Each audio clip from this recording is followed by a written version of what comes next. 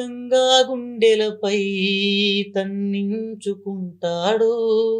కష్టాన్నే తను మోస్తూ నిన్ను పెంచుకుంటాడు. తను చేరని తీరాలే నిన్ను చేర్చాలనుకుంటాడు. తనకందని ఆనందం నీకందితే చాలనుకుంటాడు. ఏమిచ్చావని నిందించకురా నాన్నను. ఈ భూమి మీద ఏ సిరి మించునురా తానిచ్చిన ఈ జన్మకు.